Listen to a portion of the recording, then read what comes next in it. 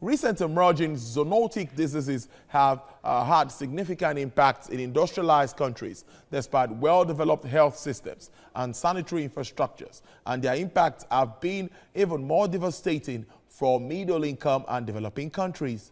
When emerging diseases became endemic, they did not only continue to cause morbidity and mortality in human and animal populations, but also represent a threat of future epidemics if conditions for explosive transmission are re-established. To contain this, Nigeria's Agricultural Quarantine Service, a regulatory agency under the Federal Ministry of Agriculture and Rural Development, was created for the harmonization of plants, veterinary and aquatic resources.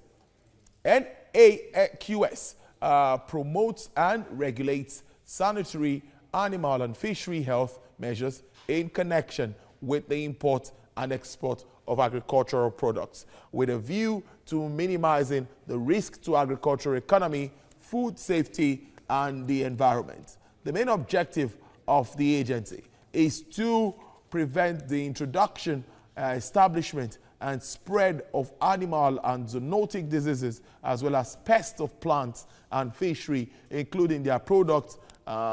NAQS also undertakes emergency protocols to control or manage new pest incursions or disease outbreaks in collaboration with key stakeholders. I have the Director General of Nigeria's Agricultural Quarantine Services, Dr. Vincent Isegbe. He joins me live from our studio in Abuja. Thank you very much for joining us on the show. Thank you. It's my pleasure. Now, let's start immediately with the directive by government that you can return to your export certification duties at the ports. Now, how are you keeping up, particularly with focus COVID-19 and its effects?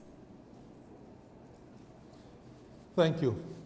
The issue of COVID-19 in the country or worldwide has affected every person, every sector of the economy.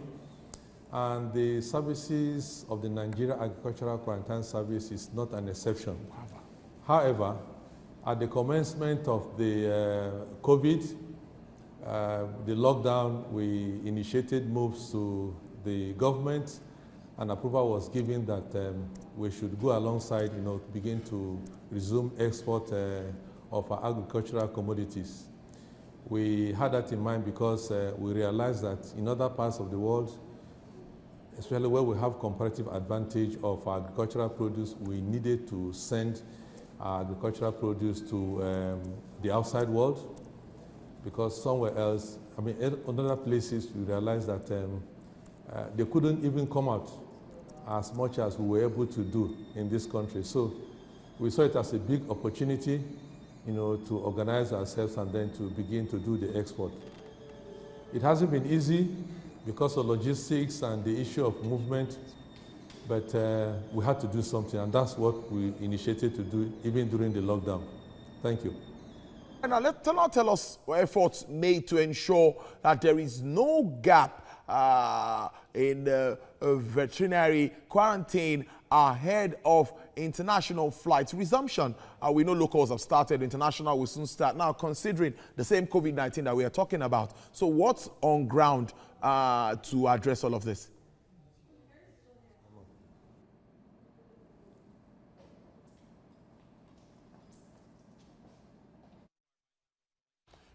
Hello, DG, if you can hear me.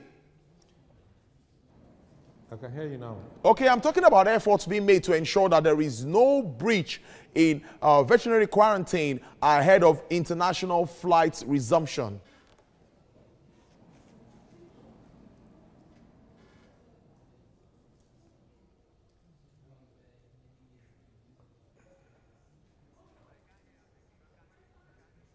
Doctor, I think we'll try to reconnect with you. You can't get our audio from here. You know. Can you hear me now, Dr. Isegbe? Yes, I can. Okay, I'm talking about your moves ahead of resumption of international flights. Tell us what is on ground. Yes, For international flights, that's actually where we have the means to carry some of the perishable items, like vegetables, frozen food items like snails, which people export outside, farmers export outside the country. So we are happy to note that by the 8th or so, or somewhere in October, international flights will resume. And it will give us enough time to organize ourselves and to ensure that those commodities which we export through the airlines are available, and we'll take advantage of that opportunity. So one very important thing is also preventing the entry of agricultural commodities that do not meet quality, health, and safety standards. What in particular are we also doing to check all of this? Yes, we are at the airports, we are at the seaports and the various land borders. At the airports, our officers are there, and for any consignment of agricultural importance that comes into the country, we will know from the manifest and from those who have brought them in. It will be separated out for inspection and certification. Most of those commodities come with the necessary documentation. We will normally check them, and once they are okay, we allow them to come into the country. Where we find out that they are deficient by the content of the certificate they came in with, or by our observation that it is not in consonance with what the certificate says, we separate it out for further examination, and if it is necessary that we should pass it for it to come into the country, we'll go ahead and do so. However, if we find out that there's gross violation of all the phytosanitary protocols as it is laid down by the IPPC or the OIE, we will reject such commodities and we will send it back to the country of origin as it is. That's what we do. Now, there has been issues of also rejects when it comes to even our own exports. And this has actually affected trade, particularly at this time where government tries to diversify our economy. I think that we really need to do all that is possible to also make sure that even products from Nigeria meet standards. What are you doing also in that regard? Yes, the Nigeria Agricultural Quarantine Service have set in place what we call the export certification value chain. We are counting now the 21st agricultural commodity. What we do basically is that we ensure that everything that has to do with the processes from production up to the inspection and certification for each of those commodities is identified, written out in clear, simple terms across each of the value chains of production, of supply, of logistic management, of exporters, and then that of the state government, and then, of course, the quarantine service. Each of those 5 value chain operators have specific roles, to play to ensure that these commodities are not rejected by the quarantine service of Nigeria, that is Nigeria Agricultural Quarantine Service, and then eventually when it is exported, it is not rejected by the importing country. One issue which we are stressing very much in this country is the issue of self-regulation. And that is one of the principal cardinal points of the export certification value chain, that each of the respective value chain operators know exactly what to do. And within themselves, there's self-regulation. So that by the time these products come to the export certification decks, there's little activity that we need to do. And they will easily get passed and then certified for export. Now, we have challenges of exporters who bypass the quarantine service for one reason or the other. We have issues of people faking our certificates. We have exporters concealing consignments which we did not expect and for which are not covered by the certificate we issued. Such issues pose a very serious challenge to us. And that's why we are insisting that the Nigeria Agricultural Quarantine Service should be at the appropriate location for the inspection and certification. If you recall, the reason for the suspension of Nigeria for the export of beans, brown sweet beans to the to Europe, was because those beans exited Nigeria without quarantine certification. And that's an issue that we have pulled through to government. They are working on it, and we believe that in the nearest future, that will be resolved, so that we are where we are supposed to be. in as much as we want to ensure the ease of doing business, so that agricultural produce, any agricultural produce that is leaving this country is certified by the Nigeria Agricultural Quarantine Service. That is the world best practice. That is what is approved by the WTO, and that is what we should do in this country. We've been able to do that successfully for the hibiscus value chain, and like we reported before we had the issue, in 9 months, Nigeria exporters were able to export 1,986 containers to Mexico. And we are doing that for the beans and then for other commodity value chains, so that we won't have any of such issues. So far, so good. There's no one particular agricultural produce that has been under complete ban except that of beans. Every other commodity, if there are issues, is treated on its own merit. So far, so good. So far, so good. We are doing well.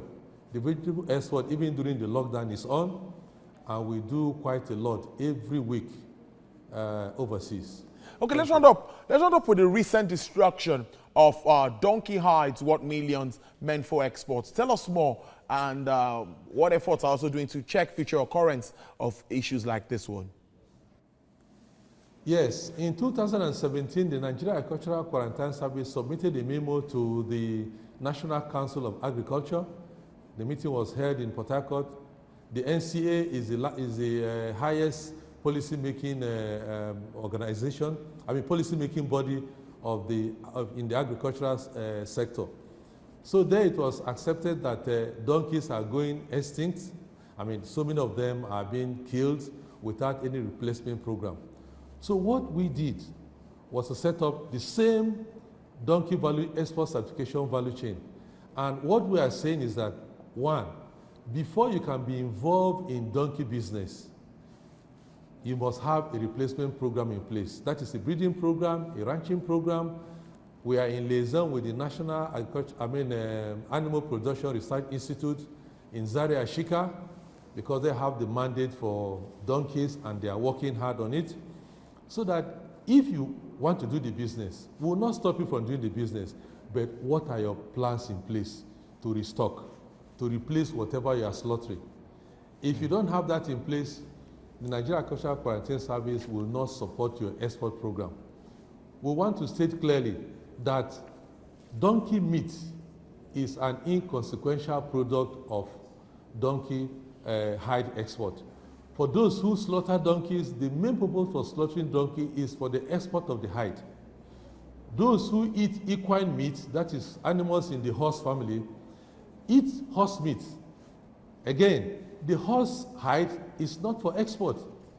So we should not allow people to confuse us by saying that, oh, they are killing a donkey to eat and the quarantine service is stopping them from trading. The quarantine service is not stopping anybody from trading. What we are saying is that do the right thing. All right. If you have issues with that, come to quarantine. We'll tell you what you need to do to be able to replace the stock so that you can continue your business. Our primary duty is to encourage export trade. So it's open, but you must follow the rules.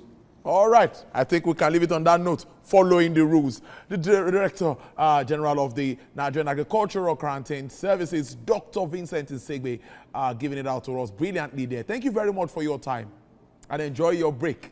Thank you.